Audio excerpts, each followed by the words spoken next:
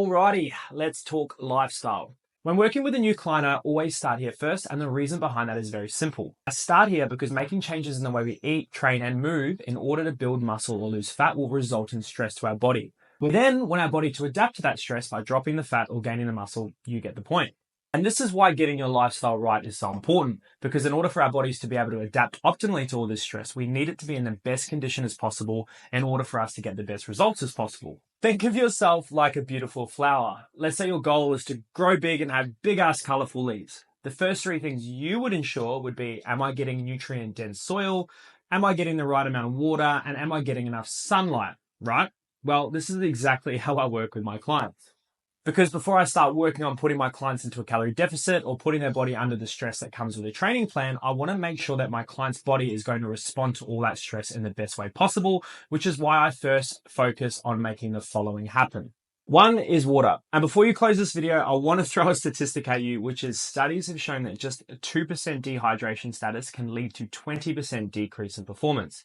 There's also shown to be a massive correlation between dehydration and getting injured during training.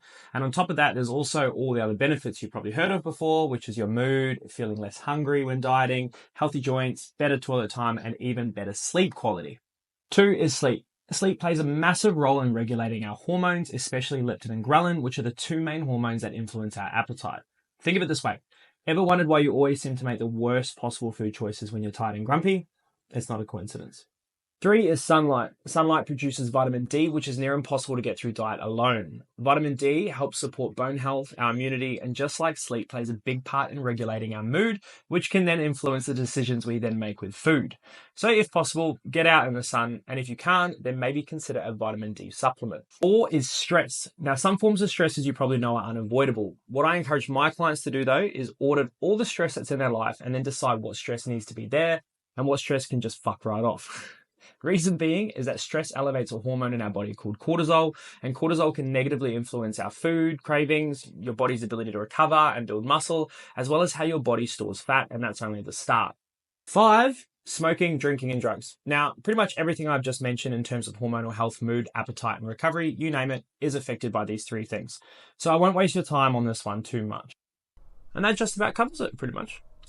I hope you can now understand where I'm getting at with all this. These are all things we've been told over the years. None of this stuff is new, but 95% of the people I work with that struggle to lose weight aren't doing these simple things. And I think it's because no one has ever really taken you through, I guess, why this shit is actually important. For example, I want you to imagine two twins who are identical in every way, that were given the same program with the same diet, the whole lot. One twin was getting plenty of sleep, water, sunlight, and had taken care to manage that stress. The other had done the complete opposite, and on top of that was sinking piss and smoking cones on the weekend. Now, taking into account all the things I've just gone through, I now want you to imagine just how different the results for those two twins might have been after 12 weeks in terms of how they were able to recover and adapt from their training. I want you to also consider how compliant they might have been with a diet plan, considering one of the twins would have been considerably hungrier, more tired, and more agitated throughout the entire process. This is why getting your lifestyle right is important, my friend. So with that being said, I now want you to focus on what areas of your lifestyle could use some work. I want you to go through these 5 things and consider what areas of your current lifestyle could use some improvement. This doesn't mean you need to completely overhaul your life, but over the next 2 weeks you're with me on this program, if we can get you improving these areas even slightly week by week, it will have a dramatic effect on how you look, feel, and perform in the coming months and years, which is really the goal at the end of the day, isn't it? Do the audit, come up with some areas of improvement, let me know if you have any questions, and feel free to move on to the next video.